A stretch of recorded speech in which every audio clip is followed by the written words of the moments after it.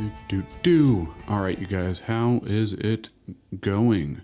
Man, good morning, everybody. Welcome to another episode of Coffee with Dylan. It is 6:30 in the morning on Thursday, October 16th. Hope everyone's doing well. I have a good article for you today about the 100 best movies of the 20th century because I think that it is in line with my Bible reading this morning. I was reading in the book of Acts, the first six chapters. Okay. Six chapters of the book of Acts, and something stuck out to me that I hadn't realized its importance before. But Peter, in summary, Luke says that Peter told them over and over again, save yourselves from this corrupt generation. Save yourselves from this corrupt generation. Now, this corruption is twofold, right? Obviously, there's a secular path that leads to just, it's anti-God. It's away from God. It's doing the things that God does not want us to do.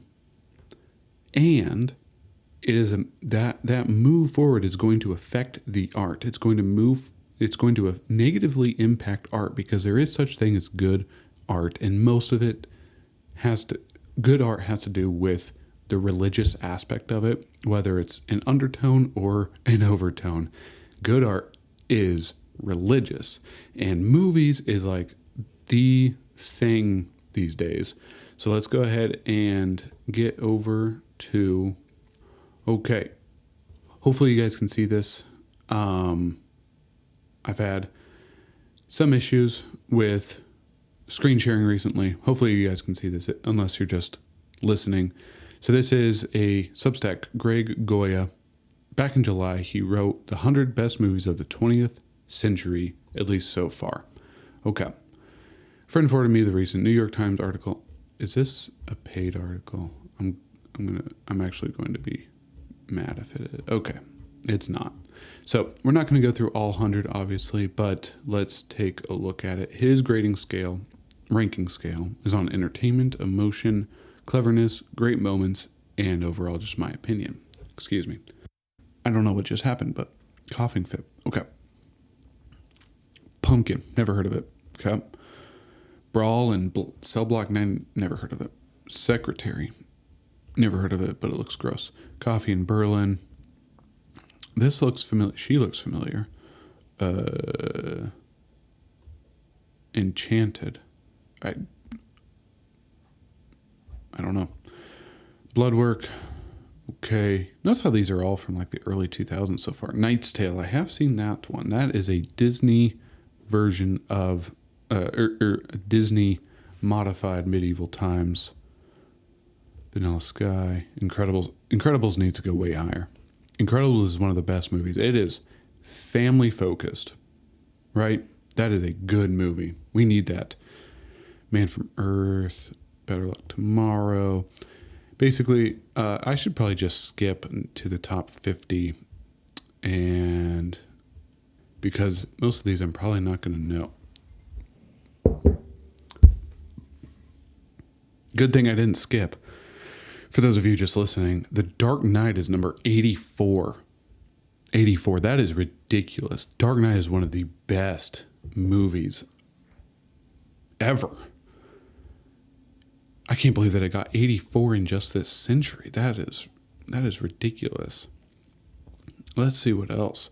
Man, Pirates of the Caribbean is above The Dark Knight. Oh, come on. The Patriot. Okay. Patriot's pretty good. I didn't know that Patriot was this. Oh, 2000. I did not know that Patriot was this. I thought that it was late 90s. Okay. Guardians of the Galaxy. Not better than Dark Knight. Mission Impossible 3. I mean, I love Mission Impossible, the series, but I don't think that it's this incredible, dramatic movie series that I don't. Captain America, the Winter Soldier, that's a good movie. Still not better than Dark Knight. Sorry, my dog is deciding to lay down. Hopefully he's done. Okay, Baby Driver. Baby Driver is a good movie. It's a independent. The Force Awakens. You're gonna put Star Wars above Dark Knight? Oh my goodness. Hangover, Lost in Translation, Dread, Tropic Thunder, Nebraska. The Fellowship of the Ring is 61. All three Lord of the Rings came out in this century. They should all three be in the top 10 on this list. This is not. The Interview? Oh my gosh. Monsters, Inc. is a good movie. We're going to get towards the better ones here. American Sniper. Dunkirk, that's fine. Where it's at. Godzilla, Napoleon Dynamite. That's a good movie. Brick. Idiocracy. The Wrestler. Superbad. Bruges. Sideways. Scott Pilgrim versus the World. The Baxter. Moneyball. Gangster Squad. Cabin in the Woods. The Batman. You are putting Matt Reeves, the 2011. No. This did not come out in 2011. The Batman came out in like 2021, I think. So, must just be a typo. You're going to put that above Dark Knight? Hacksaw Ridge is actually pretty good. Bone Tomahawk. Spirited Away, Old School, La La Land, The Avengers. It's a good movie. Not better than Lord of the Rings. This is just ridiculous. Oh my gosh. That's going to kill me. I am surprised, but also happy that I have not seen any Harry Potter on here. That's, I feel like a lot of people think that Harry Potter is some magical movie series. If you think about it, if it wasn't for the books, those movies would not be very good, not very popular. Death of Stalin, Once Upon a Time in Hollywood, Gladiator, that's a good movie. That's a really good movie. Rules of Attraction, The Artist, Oh Brother, Where Art Thou? That's also a really good movie. Okay, these are There Will Be Blood, Memento, Babylon, Zodiac. Not that good of a movie. And they intentionally made it look like it was the guy who they know that for a fact that it wasn't. In the Mood for Love, Interstellar. Guys, I don't understand the Interstellar craze. I understand that it's a good movie. It's dramatic. It has a really good soundtrack. I don't think that it was really that good. Interstellar. But Inglourious Bastards. The Darjeeling Limited. The Departed. Kiss Kiss Bang Bang. Adaptation. City of God. Heard of so many of these movies. Okay, so here's the thing about superhero movies. Superhero movies do not belong that high on a best movie list. Okay, because they're completely unrealistic. Where humans have supernatural abilities, and all of a sudden they can just save anything and everyone. Okay. That being said, Dark Knight is the exception because Batman is just a normal person who's trying to live ideally against someone who is the opposite, right? And that's why Dark Knight is so good, is that Batman tries to be principled, tries to have virtue, and Joker exploits that side of him to take advantage of the situation. And that's why it's so good. He undoes Batman in every single facet. It's incredible. Now, that being said, there are other movies that are better, such as Lord of the Rings. Obviously, I'm a huge fan of Lord of the Rings. You can see my giant sword that I'm gesturing to, my no admittance sign that I bought in New Zealand. That display right there, that is a picture that me or my wife took in New Zealand. Okay. Huge Lord of the Rings nerd. I think that that's established. Now, the reason that Lord of the Rings is good, and the reason that fantasy movies from here on out will fail, is that from the get-go, you know exactly who the evil person is.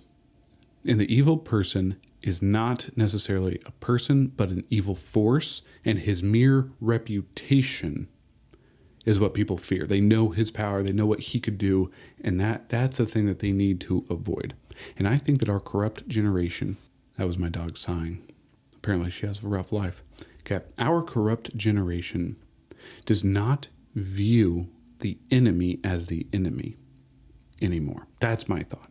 They don't see the enemy as the enemy. They see Satan as a person who actually wants to offer the life that they desire. In Lord of the Rings, however, they look in their past and their history and see what that power did. Sauron was known as a deceiver. He was a shape shifter. He could make himself look like anything, and once he gained someone's trust, then it was almost like a spell. All he had to do was gain their trust, and then they were forced to listen and obey him effectively. Okay? The Fellowship of the Ring knew this threat. And they banded together and said, hey, we got to do something about this for the sake of the entire world. So the enemy is clearly defined, and it's his reputation that they have a respect for that they need to avoid. They have to take care of that threat. Okay. Our generation, however, every generation, we don't have a respect for Satan. We don't have a respect for the devil and his schemes. We think that Satan is truly offering us something better than what God has to offer. And that's the sad thing. And I think that I fall into that camp sometimes too. I think, what else am I missing out on in life because I chose to be a Christian? Probably a lot of things. That's why the temptation of the fruit in Genesis is so powerful, because it's kind of like, as humans, we're experiencing this perfect thing, but we're willing to wonder, what would it be like if it wasn't perfect? What else is there out there? It's almost like we're bored.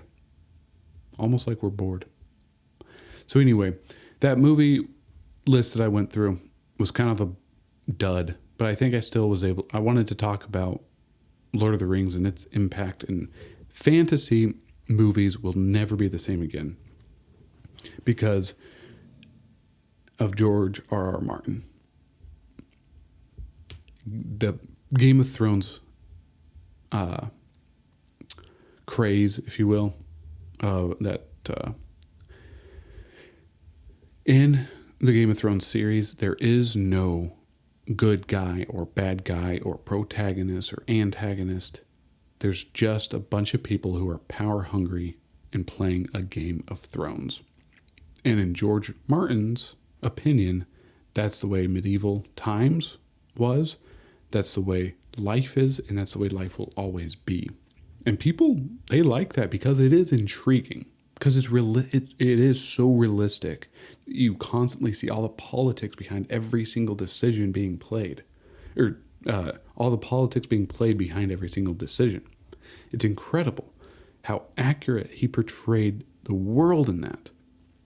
However, the only enemy is other humans. And people have been sucked into that idea that that society, that humans are the only enemy out there. And that's not true. There's something far, far greater, far more powerful that deserves our respect, that deserves our fear, that deserves us. Satan deserves our respect and our fear in the way that we need to know what to avoid, right? The devil comes to steal, kill, and destroy. A threat ought to be respected in the sense that we know that we take it seriously so that we can avoid it. That is what I mean. Okay, that's all I have for today. See you next time. Bye. And remember, the wind may fall, rain may fall, wind may blow, but there'll still be many miles to go. Bye.